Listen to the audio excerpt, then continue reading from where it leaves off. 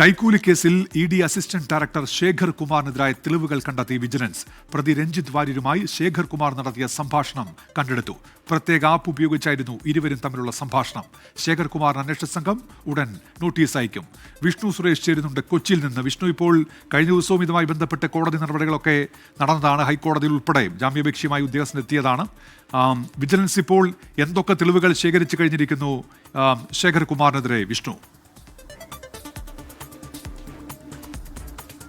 ഉമേഷ്, ഹൈക്കോടതി ശേഖർ കുമാറിന് മുൻകൂർ ജാമ്യാപേക്ഷ അംഗീകരിച്ചെങ്കിലും ഒരു തരത്തിലും അന്വേഷണത്തെ ബാധിക്കില്ല എന്ന് നേരത്തെ തന്നെ വിജിലൻസ് വ്യക്തമാക്കിയിരുന്നു. ആ ഒരു പശ്ചാത്തലത്തിലാണ് തെളിവ് ശേഖരണവുമായി വിജിലൻസ് മുന്നോട്ട് പോയത്. ഈ കേസിൽ നേരത്തെ അറസ്റ്റിലായ ചാർട്ടേഡ് അക്കൗണ്ടന്റ് രഞ്ജിത്ത് വാര്യരും അതോടൊപ്പം തന്നെ ശേഖർ കുമാറും തമ്മിൽ സംസാരിച്ചതുമായി ബന്ധപ്പെട്ടുള്ള വിവരങ്ങളാണ് ഇപ്പോൾ വിജിലൻസ് കണ്ടെത്തിയിരിക്കുന്നത്. രഞ്ജിത്തിന്റെ ഗാഡ്ജറ്റ്സ് പരിശോധിച്ചതിൽ നിന്നാണ് ഇത്തരത്തിലൊരു രേഖയിലേക്ക് പോയിരിക്കുന്നത്. എന്തിനാണ് ചാർട്ടേഡ് അക്കൗണ്ടന്റുമായി ഒരു ഇ.ഡി. ഉദ്യോഗസ്ഥൻ സംസാരിച്ചത് എന്നുള്ള ചോദ്യത്തിന് ശേഖർ കുമാർ സ്വാഭാവികമായും ഉത്തരം നൽകേണ്ടി വരും. ശേഖറിനെ ചോദ്യം ചെയ്യാൻ വിളിപ്പിക്കാനുള്ള നടപടിയിലേക്ക് കടക്കുകയാണ് വിജിലൻസ്. നേരത്തെ ഹൈക്കോടതി ജാമ്യാപേക്ഷ അംഗീകരിച്ച ഘട്ടത്തിൽ പറഞ്ഞത് 2 ആഴ്ചക്കുള്ളിൽ അന്വേഷണ സംഘത്തിന് മുൻപിൽ ഹാജരാകണമെന്നാണ്. അതിന്മേൽ നോട്ടീസ് അയച്ച് ശേഖർ കുമാറിനെ വിളിച്ചു വരുത്തി ചോദ്യം ചെയ്യും.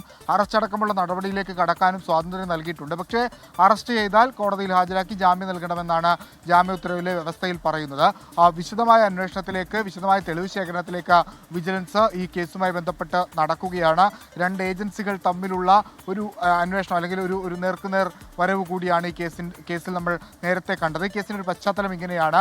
കൊല്ലം സ്വദേശിയായ കശുവണ്ടി വ്യവസായിയിൽ നിന്ന് അയാളുടെ ഇ.ഡി. കേസ് ഒതുക്കി തീർക്കുന്നതിന് വേണ്ടി 2 കോടി രൂപ കൈക്കൂലി വാങ്ങിയെന്നാണ് വിജിലൻസിന്റെ കേസ്. അതിൽ 1-ാം പ്രതിയാണ് ഇ.ഡി. ഉദ്യോഗസ്ഥനായ ശേഖർ കുമാർ. മറ്റു 3 പ്രതികളെയും വിജിലൻസ് അറസ്റ്റ് ചെയ്യുകയും കസ്റ്റഡിയിൽ വാങ്ങി ചോദ്യം ചെയ്യുകയും ഒക്കെ ചെയ്തിരുന്നു.